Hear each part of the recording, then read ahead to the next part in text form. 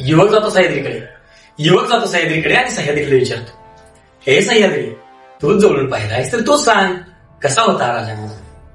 तर सह्याद्री त्याच्यावर उत्तर देते, सह्याद्रीच्या खुशीत जन्म घेऊन काळ्या मातीमधलं अंकुर बनून, सह्याद्रीच्या खुशीत जन्म घेऊन काळ्या मातीमधलं अंकुर बनून सूर्यासारखं तेज घेऊन उगवणारा असा होता हा राजा माझा.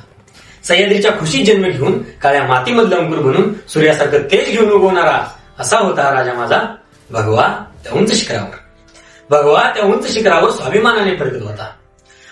त्या उंच शिखरावर स्वाभिमानाने फडकत होता. अन्यायाच्या त्या काळ्या रात्री तो सूर्य बनून उगवतो. भगवा त्या उंच शिखरावर स्वाभिमानाने फडकत होता. अन्यायाच्या त्या काळ्या रात्री तो सूर्य बनून उगवत होता. त्या उगवत्या सूर्यालाही दिशा देणारा असा होता हा राजा माझा.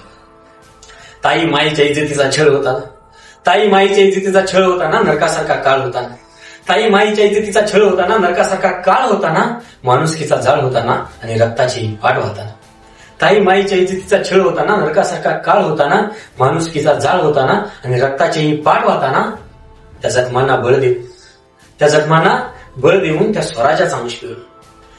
बळ देऊन त्या स्वराज्याचा अंश पेरून अनाथ रयतेच्या पाठीशी ढाल होणारा असा होता हा राजा माझा.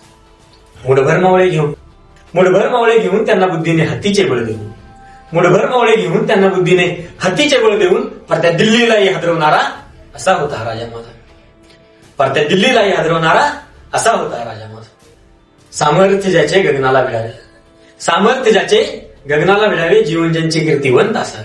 सामर्थ्य ज्याचे गगनाला भिडावे, जीवन ज्यांचे कीर्तिवंत असावे, कर्तृत्वाने जे वर्धवंत असावे आणि ज्यांच्या संस्कारांनी आज ही जग कल्पतरू राहावे. सामर्थ्य ज्यांचे गगनाला भिडावे, जीवन ज्यांचे कीर्तिवंत असावे, कर्तृत्वाने जे वर्धवंत असावे आणि ज्यांच्या संस्कारांनी आज ही जग कल्पतरू राहावे. म्हणूनच आज ही जगाने स्वाभिमानाने झुकून मुजरा करावा असा होता राजा माझा. धन्यवाद.